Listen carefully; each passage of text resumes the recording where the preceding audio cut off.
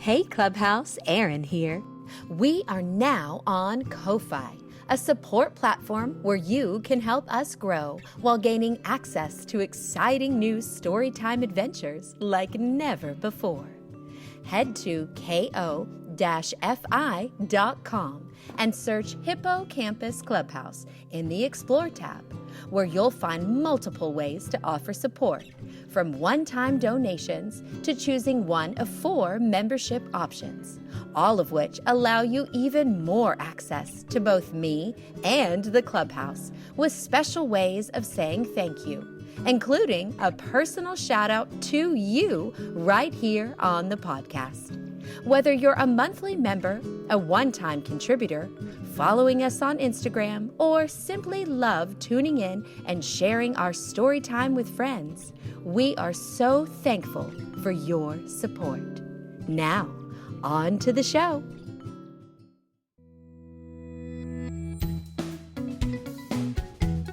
Welcome back to the Hippocampus Clubhouse. Erin here, and today at the Clubhouse we're exploring the scientific method and how it's applied each and every day by young and curious little scientists just like you. The scientific method is made up of observing or watching, measuring, experimenting, and coming up with a hypothesis or an idea you can test. We'll meet Ada Twist, a young girl who's full of questions and is always curious. She's often on a fact-finding adventure, even when her family doesn't quite understand why. Here to introduce today's story is our Storytime Voices guest, friend, and little scientist, Vivien. Hi, my name is Vivien and I'm 4 years old. My book is Ada Twist Scientist, written by Andrea, Beaty, and illustrated by David Roberts.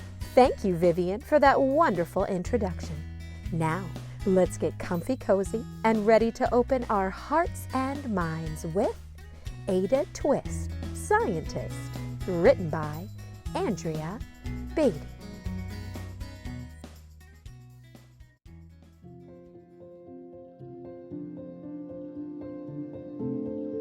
Ada Twist, Scientist.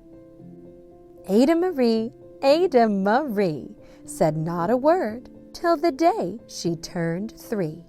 She bounced in her crib and looked all around, observing the world but not making a sound.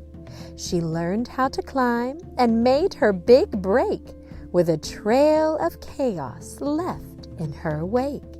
She ran through the day chasing each sound and sight, and didn't slow down till she conked out at night. Her parents were frazzled, but tried not to freak, as Ada grew bigger and still did not speak. Clearly, young Ada, with lots in her head, would have something to say when it ought to be said. That's just what happened when Ada turned 3. She tore through the house on a fact-finding spree.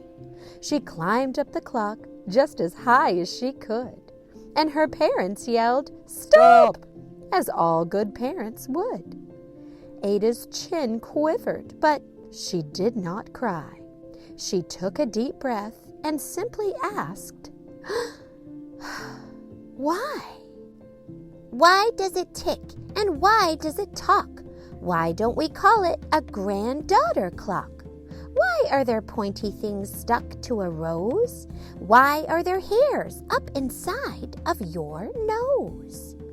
She started with why, then what, how, and when. And by bedtime, she came back to why once again. She drifted to sleep as her dazed parents smiled at the curious thoughts of their curious child, who wanted to know what the world was about, and they kissed her and whispered, "You'll figure it out." Her parents kept up with their high-flying kid, whose questions and chaos both grew, as she did. Even Miss Greer found her hands were quite full when young Ada's chaos wreaked havoc at school. But this much was clear about Miss Ada Twist. She had all the traits of a great scientist. Ada was busy that first day of spring, testing the sounds that made mockingbirds sing, when a horrible stench whacked her right in the nose, a pungent aroma that curled up her toes.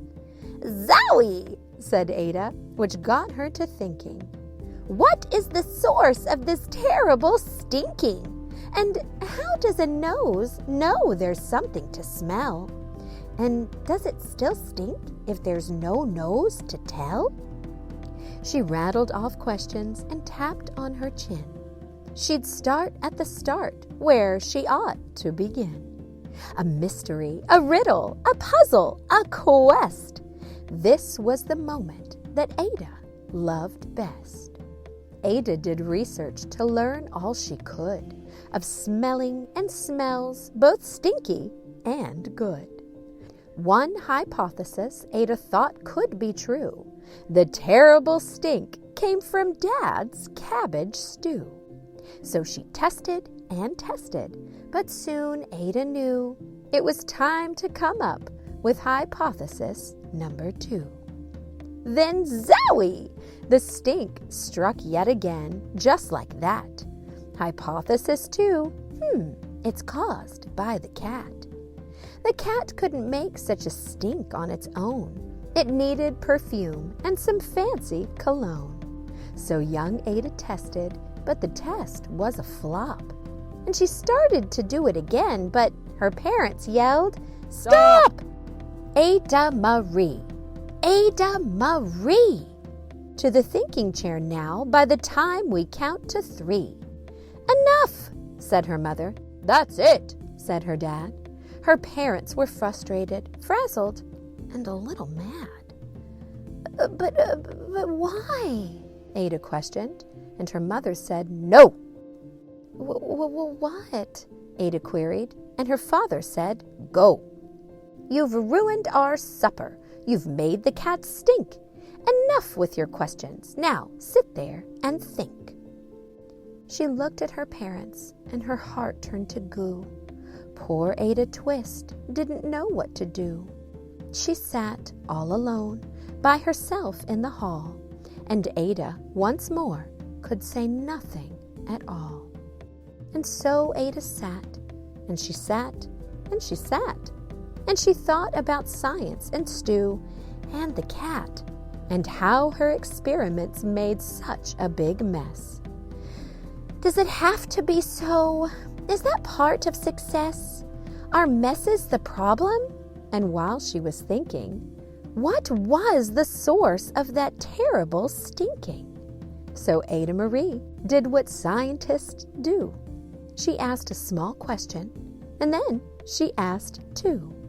And each of those led her to 3 questions more, and some of those questions resulted in 4. As Ada got thinking, she really dug in. She scribbled her questions and tapped on her chin.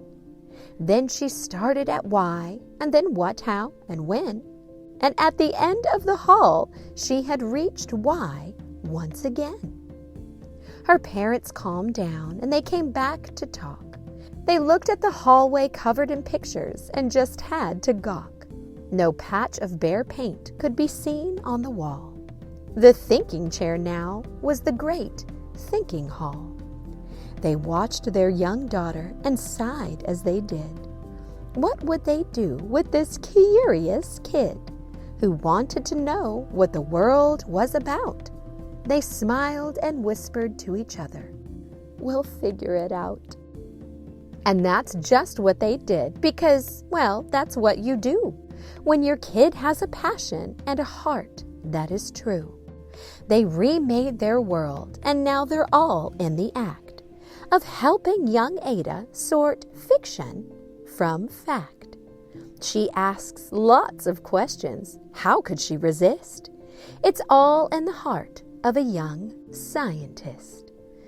And as for the smell, what can Ada Twist do but learn all she can with her friends in grade 2. Will they discover the stink that curls up your toes? Well, that is the question, and someday, who knows? The end.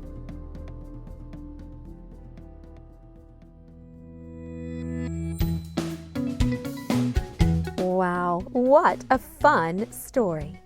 I especially liked how Ada never gave up on her scientific dreams and always stayed confident in thinking her way through problems and hypotheses, even when others, like her parents, didn't at first understand her methods. By staying curious, she discovered how things worked and why, and never stopped exploring more adventures, even when things didn't always go as planned.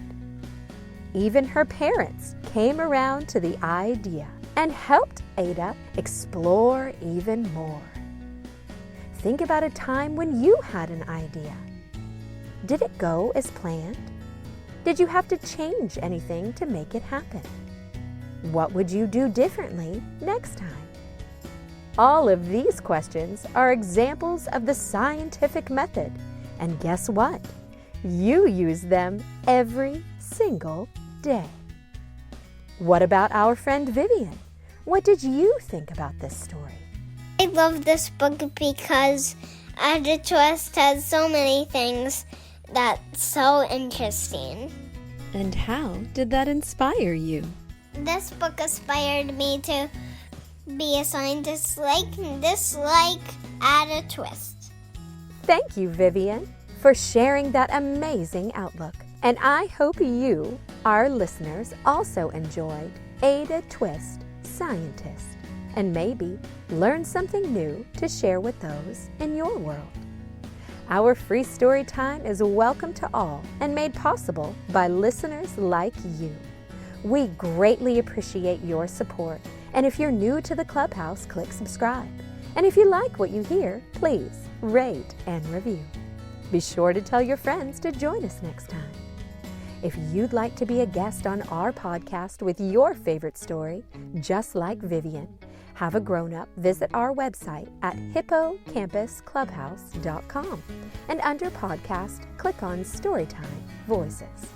While you're there, check out our one-stop bookshop featuring safe and family-friendly titles to love for everyone in your home, even the grown-ups, all while helping to support small businesses and independent bookstores all across the country. Grown-ups, don't forget to join the Clubhouse mailing list and learn about new story adventures ahead, parenting tips rooted in neuroscience, sensory-based activities, free Storytime-related printables, and more. Until next time, be sure to tell your story with an open heart while listening to others with an open mind, just like Ada and Vivien do.